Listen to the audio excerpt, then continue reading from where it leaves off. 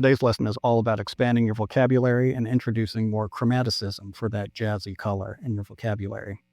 What we're going to do is we're going to focus on minor keys. So this is great for blues and rock players, but it's also perfectly fine for jazz players, as they'll see in a minute. The best part is you don't really need to know anything about theory or harmony to get started and to get a lot of use out of this. But the more you know about theory and the more you know about harmony, the better. So this works for everybody.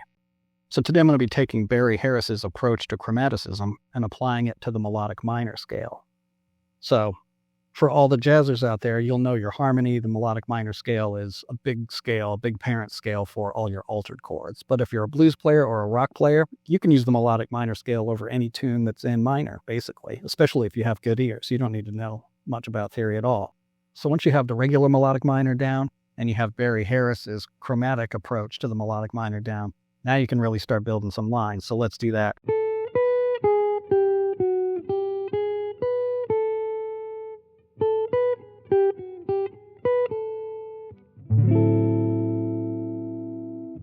So the majority of this idea is just going from the root and connecting it down to the fifth by using Barry Harris's scale.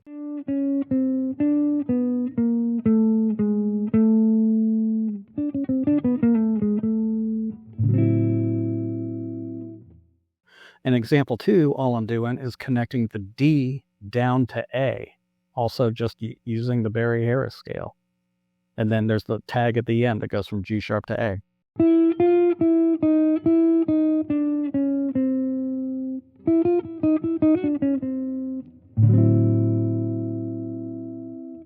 In example 3, I'm mostly just decorating the E note.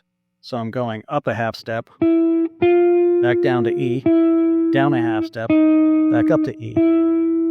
So these half steps work as approach notes. You can mix and match stuff all over the place with this scale. And then descending down the Barry Harris scale until we rest on C.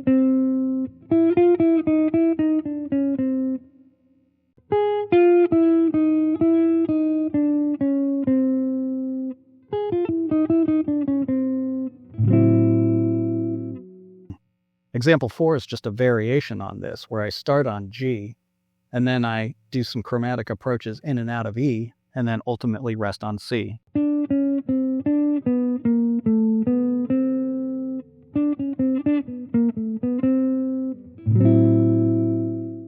And then this last example is basically just a variation on example 2. So I wanted to keep today's lesson super simple. This is really just the tip of the iceberg, and there's so much more you can do once you start applying Barry Harris's ideas, but I'll cover a lot more of that in upcoming videos. And like I said, if you want to go in depth and all in on this stuff, check out Chromatic Approach to Melodic Development.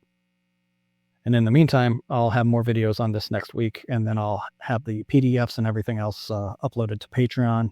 And I'll end up doing a whole bunch more lessons on Patreon about this stuff too, coming up in the future.